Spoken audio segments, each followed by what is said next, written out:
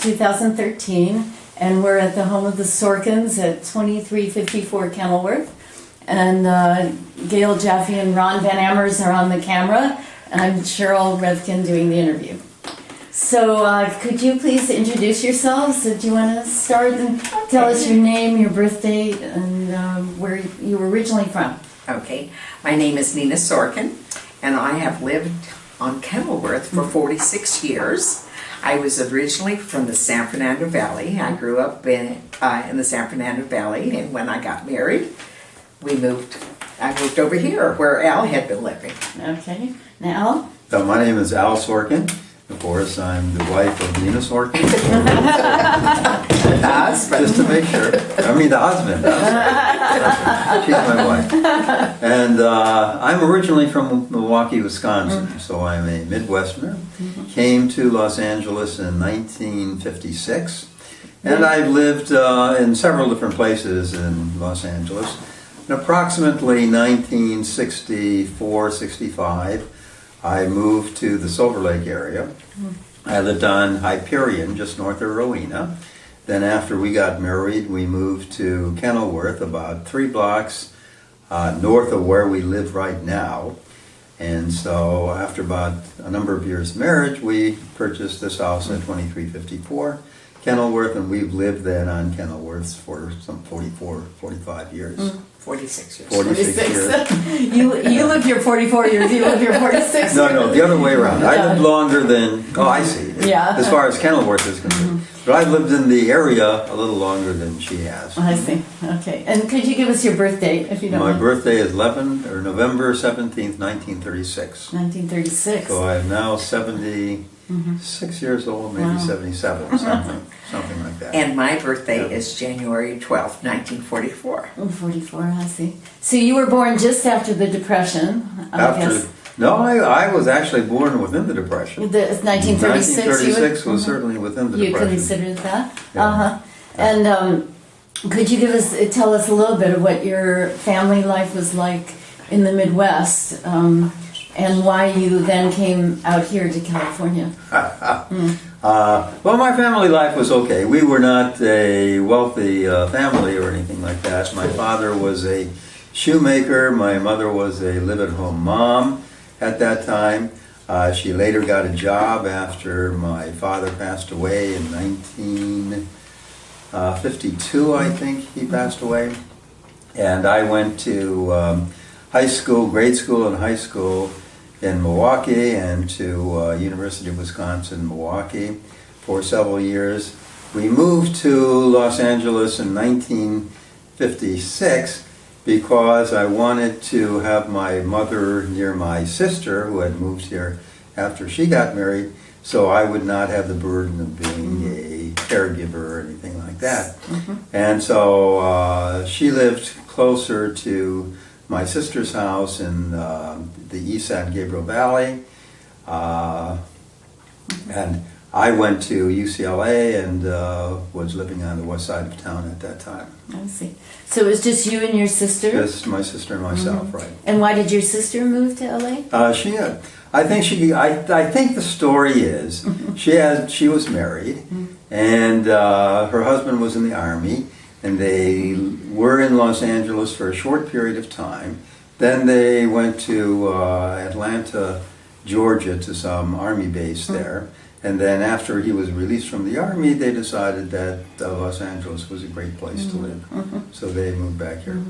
And how did you feel when you first came to LA and saw what it was like? Did you feel like you wanted to live here Well, who knows? for the rest of your life? Or? No. It was not love at first sight or anything like that. And I think that if you remember in those times, there was a tremendous amount of smog. It was unbearable how high the level of smog was in 1956. So it was not the best place to live. It was an exciting place to live in a certain sense.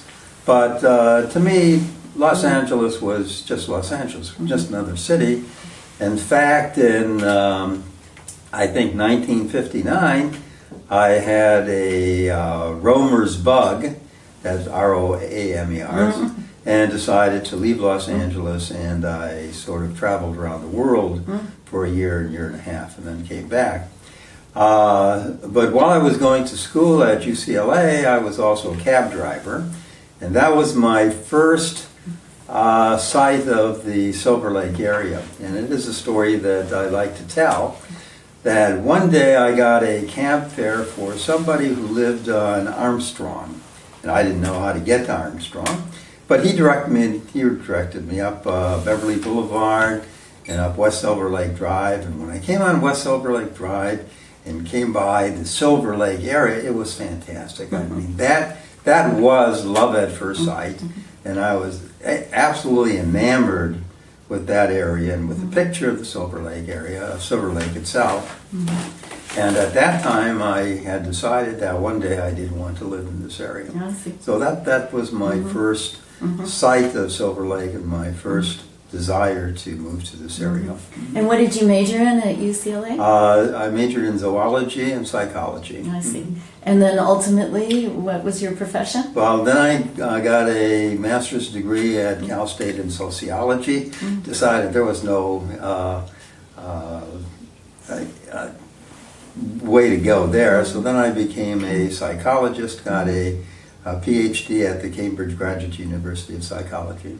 Cambridge. Graduate School of Psychology. It's a school in Los Angeles. In Los Angeles, not England. Right. Not England. I see. But actually they're named after Cambridge, Massachusetts, not Cambridge, England, because the person who started that school was a Cambridge fellow or something. Okay. And then did you teach or you practiced? No, I did not practice at all. I'm an administrator, and I was always in health administration. I worked for the County of Los Angeles. I worked for the State of California Department of Mental Health for 10 years, then into the nonprofit sector at El Centro Community Mental Health Center. I had a stint at Gateways Hospital as the executive director, and then I founded an organization called URDC. The actual title at that time was Urban Revitalization Development Corporation, a health and welfare agency. We changed the name to URDC Human Services Corporation because nobody could pronounce Urban Revitalization Development Corporation. And that organization is still going. I retired from that organization about 2 years ago. It has a primary health care clinic called the Bill Moore Community Health Clinic. It has a substance abuse treatment program for women, a perinatal substance abuse treatment program called Casa Maria. And it has a transitional housing program for women and children called Casa Maria. Great, wonderful. Okay, Nina, you were born in the San Fernando Valley. I was born in the San Fernando Valley, so I am the original Valley girl. And I've all my education has been public education. So I graduated from Taft High School, then I went to UCLA. What was your major there? Sociology, and then I got my master's degree after I had worked a little bit in social welfare. I see. So I am a clinical social worker, and have worked in that area. I see. And did you have a big family, or? Yes. Well, four girls. Four girls. All right. 4 girls. So we grew up first in Van Nuys, and because the area was bad, according to my mom, we moved within 2 weeks to Tarzana. Oh. And then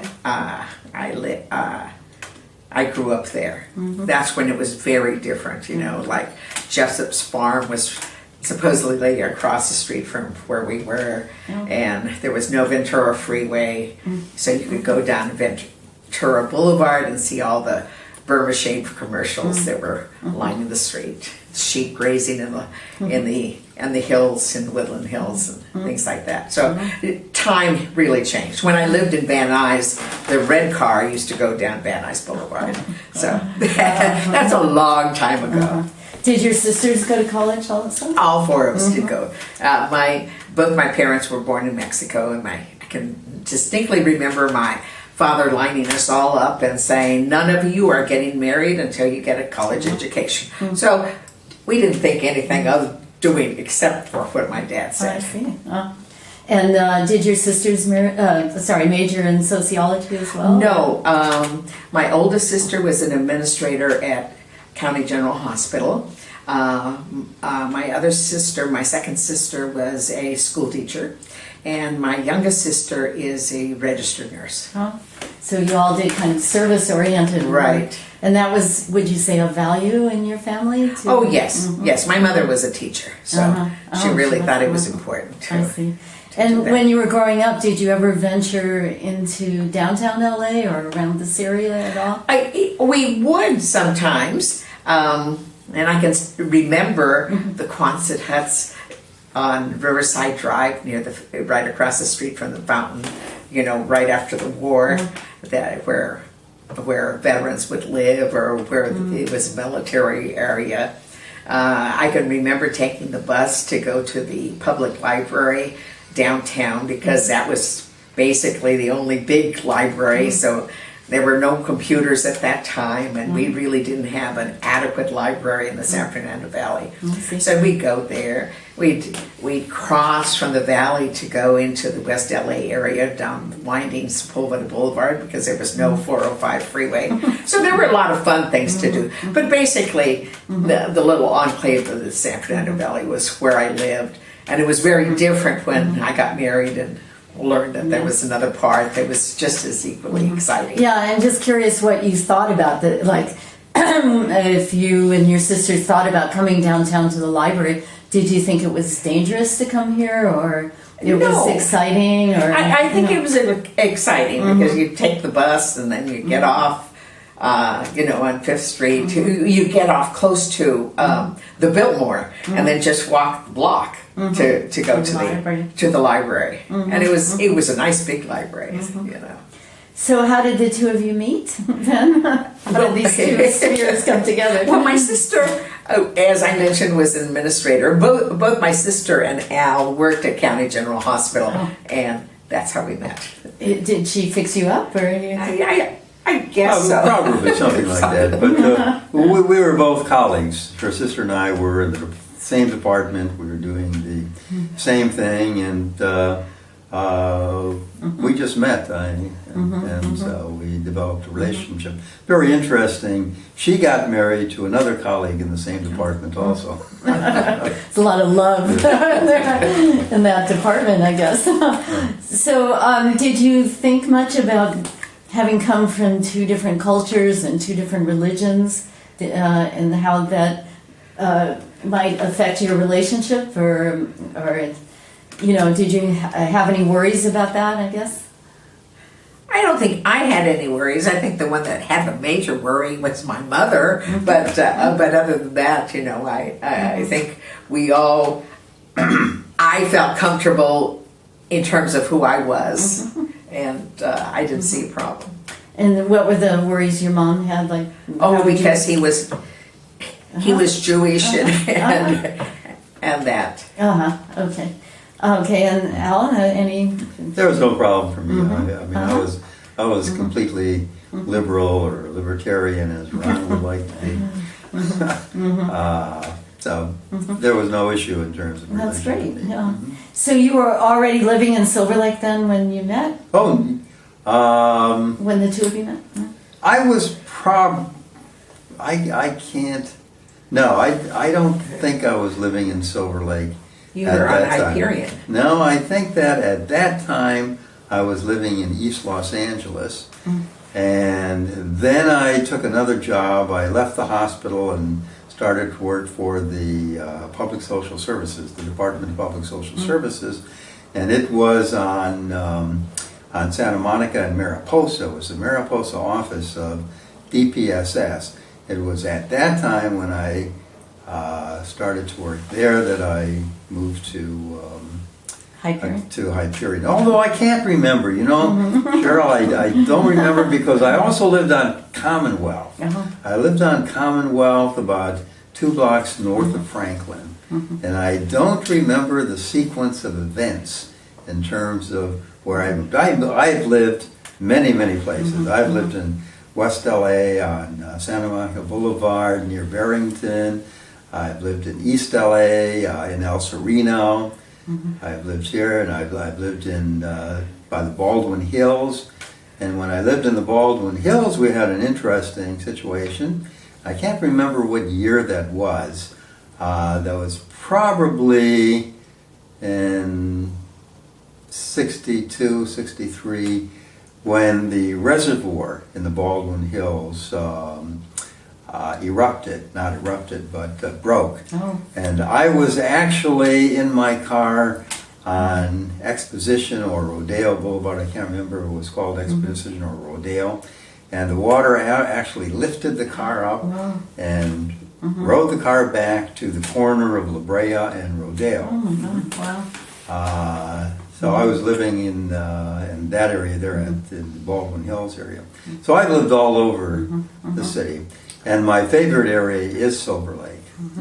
So you had how many children? Just one son. Just one son. And did you check out the schools in Silver Lake then at the time? You know what? We did not check out the schools. That's a very interesting comment. And I had actually thought about that the other day when there's many articles in the paper about the schools in Los Angeles. And Sandra Banks had an article about maybe 2 months ago, and specifically identified what she called 3 super schools. One is in Studio City, which I don't know, it's called the Chandler elementary school, or whatever, Wonderland in Hollywood Hills and Ivanhoe. Okay? And how people will look at the school system to decide where they want to live in order to make sure that their kids are going to the best possible schools. We actually did not do that. We did not look at the schools. I think we lived here because I liked the area, actually. And it just so happens that Ivanhoe is one of the best schools in the city, and that was just serendipitous. Were you, oh, I'm sorry, go ahead. So Stephen did go to Ivanhoe, and I wasn't really happy about King. And so what happened is Stephen did take some tests, so he was eligible for a highly gifted program. So he went from Ivanhoe to the Eagle Rock Highly Gifted Magnet Middle School. And then from that, he went to the Highly Gifted Magnet in North Hollywood. Oh, I see. So he did have a public education too, and it was really an excellent public education. How old is Stephen now? 34. 34, so he was born in 78. 78, Yeah. right. It's very interesting that he did go to these schools, which were terrific schools in the LA Unified School District. And Hollywood High School is one of the major science magnet schools. And they just won the Science Super Bowl. Right. So I was going to email him to make sure that he saw that. And what kind of work does he do now? He's a computer scientist. Computer scientist. So okay. he is a vice president of a new startup program called Splunk, which is doing very well, extremely well. And so he probably has about 50 programmers underneath him at this time. Right. But he left here in 1996 to go to Stanford, and it basically has never returned to the area.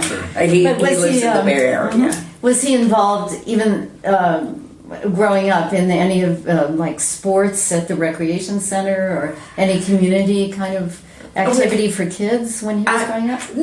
Not really, but what I was a commissioner under Mayor Bradley, the status of women, and he would go with me. So he's probably one of the only kids that knew anything about sexual harassment, about the only kid that knew about women and AIDS, about domestic violence. So he kind of would go with me. He seemed to like that, but he was not.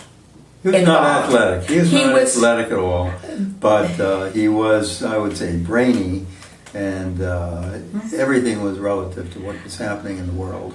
I think one of the things that still remains constant in this area is Stephen did go to the Hollywood Los Feliz Jewish Community Center as a nursery school. and so he was there prior to going to Ivanhoe. And we were really surprised how it continues to, the center was almost going to close for a little while, and it's maintained its vitality. We were there for Hanukkah for a noodle kugel tasting, and we were surprised how many kids were there. And how many people were there. It was very exciting. So he was involved. If there was something there, he went to their summer camp. One of our first, I'm not a camper, one of our first camping experiences was the center was going to see Halley's Comet. So we packed and went to Halley's Comet. Didn't go to Halley's Comet. We went to see Antelope Valley, I think. There to try to see it go by. But that was the involvement that he had. And how about as a couple, your involvement in the community? I know probably as parents, you were involved in some things in Los Feliz, Silver Lake. Well, I think the one thing that we see that's so interesting is Friends of Ivanhoe, FOI, is very much involved. When we were parents of Stephen, when he was in elementary school, we were very much involved. That's when parents were really raising money. And so we augmented whatever the school district did. So we were actively involved in that. We were actively involved in the Hollywood Los Feliz Jewish Community Center because Stephen would go to their after-school programs. I think recently we're both very much involved in the Relay for Life for American Cancer Society. That's here in this community. I think now that we have a little more time, I'm still working a little bit. We're becoming much more active in the neighborhood. Silver Lake Neighborhood Council. Go to the committee meetings, see what life is like. And I think in some way, even though we say we live in Silver Lake, I personally have become much more aware of some of the other problems that are happening within the Silver Lake Council area, neighborhood council area. Like I never knew the problems that were perceived in terms of some of the establishments on Sunset Boulevard, and then since I am a Los Angeles person, I do still use my car quite a bit, and all the issues that have come up in terms of traffic. I think one of the things that Al's so proud of, the new sign that's on Tesla in Silver Lake, he's the one that pushed that forward. The sign. It's a always stop sign on Tesla. I see. After they had changed the street on Tesla to make it one way, it became very difficult if you're coming out of Tesla onto West Silver Lake Drive to make a left or a right turn because you could not see around the corner. So we pushed a four-way stop sign there. Great. And so we become much more involved and kind of advocate for certain things. One of the other things that Al wants is a free Wi-Fi. Yeah, free Wi-Fi in this area. So you went to the neighborhood council about that? Yeah, it's on the governmental issues committee of the neighborhood council. So we've been doing a lot of stuff with the neighborhood council. Seems like it's kind of in your nature to do good things for people in communities. There are very few people. I think us and Ron are probably the only people who seem to attend all of the meetings without being there for a special agenda item to see what's happening and things like that. So from the time, let's say, that you lived on Hyperion, how do you see that the neighborhood has changed, evolved, better or worse? Yes and no. I really think basically Kenilworth has stayed the same in terms of what it looks like. I think one of the streets that has changed tremendously is Moreno. If you really look at some of the houses, the character of the houses have kind of changed into these big, huge block glass houses that weren't there before. I can remember when McGovern, we had to go sign a McGovern petition at midnight and there was a house that we went up the little funicular to get up there. That house seems to be gone now, and so those are the things. I think when we came into this neighborhood, we were the youngest. Yeah. A lot of the families had already had their children and they were older. Now we happen to be the older and younger kids. That's the reason we put up our sign. I personally think that people should be respectful and drive 25 miles an hour on our street because it can be really dangerous. But so there are, I think the change in terms of we become the older ones, and there are if you drive down where we used to live at 2517 Kenilworth, they had a block party, and Gail went to it, and there were kids galore. That didn't happen. So there's a lot of vitality, I think, because of Ivanhoe, but there's a lot of vitality. People are moving in that have kids, and before it was very, very quiet. It was like Stephen was the only kid on the block. Yeah, he was. I think the area has stayed the same and changed. So, it comes and goes.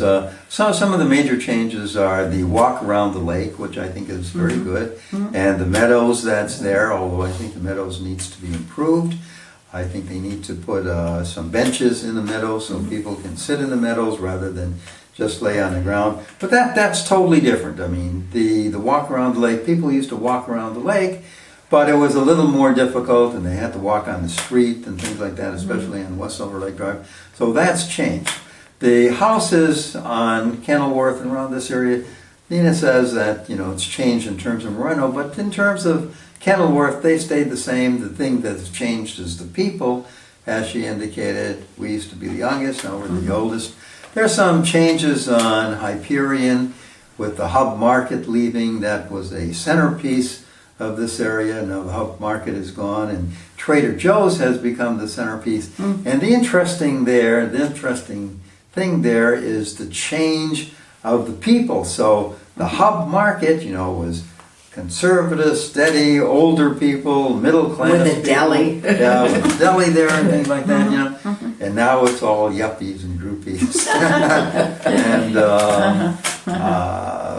people. So you would. So it's changed relative to that. And some things have changed on Hyperion, not a great deal. But and the Silver Lake Library, the West Silver Lake Library, the Silver Lake Public Library, that's new, and that's great. Did you know other Latina women in Silver Lake when you first moved here? Or? Not really. Did you feel kind of isolated, or not really? People were not really, because I was very much involved in several women's groups, and so do you think the demographics have changed quite a bit, or they kind of stayed the same? Or it's interesting that you asked that question. It seemed to me, I don't have the statistics to bear it out, that when we moved here, there were a lot of Asians in the area. And I had expected there to be more and more Asians, but it doesn't appear that way.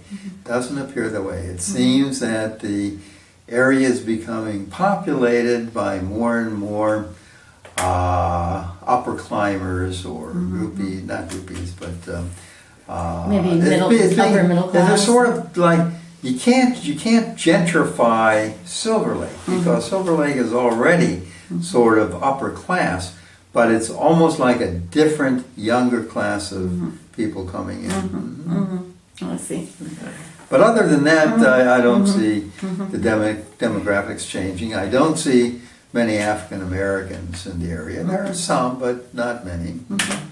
So I don't see a great change in those demographics. But I think everyone's kind of accepted. Everyone is accepted. I don't feel that there might be any discrimination. Yeah, I think one of the terms people use is inclusion. That people, there is that value of inclusion in Silver Lake. And as a couple, did you feel like that was true for you? That never felt not excluded. Never felt excluded. I think that's good. I think when we first moved here, both of us were working, and we were probably working, 10, 12 hours a day. So we weren't that much involved other than involved for our son.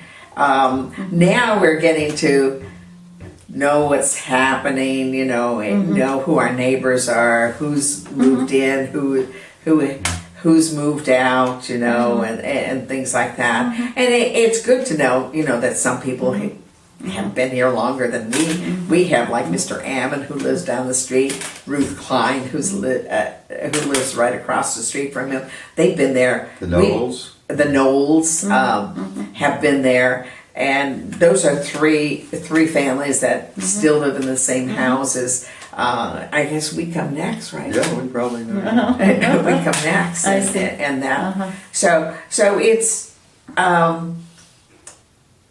I think everyone feels comfortable in letting you know what's happening, what's not happening.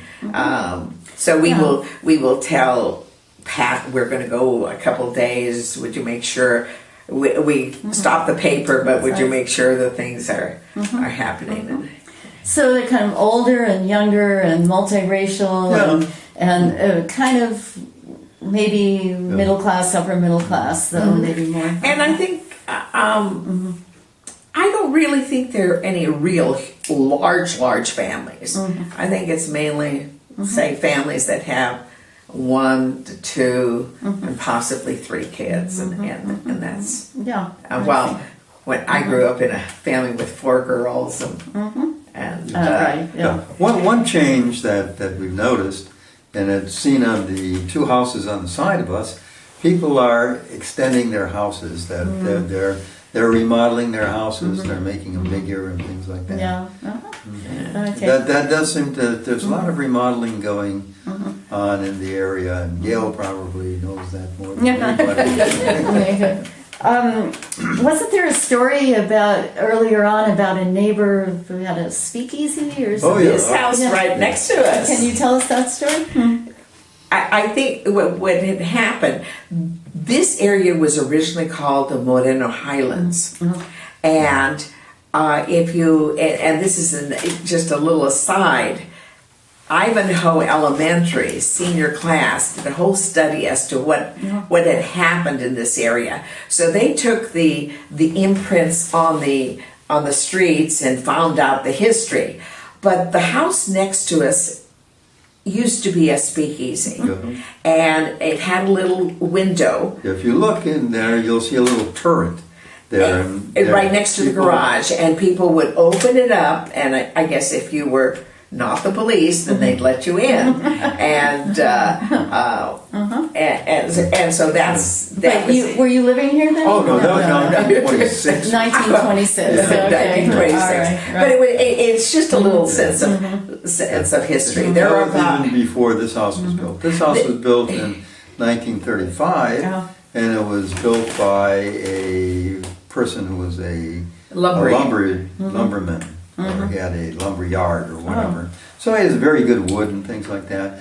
And in fact, his daughter comes by maybe twice a year to show off the house to other people that this is where she was born and this is where she was lived and things like that. So that's very interesting that she comes by and still looks at So I want to ask you kind of maybe a difficult question, maybe a silly question, but do you remember where you first went grocery shopping and then maybe how your grocery store changed over the years, or has it stayed the same? You mean as far as this area is concerned? Well, since you lived here. There's no doubt. I mean, we started with Hub Market. Hub Market was exclusive. Yeah, they had pretty much everything you needed. They had everything, and then there was one person. It was the neighborhood store. His name was Julie, and if I needed something, you know, I would.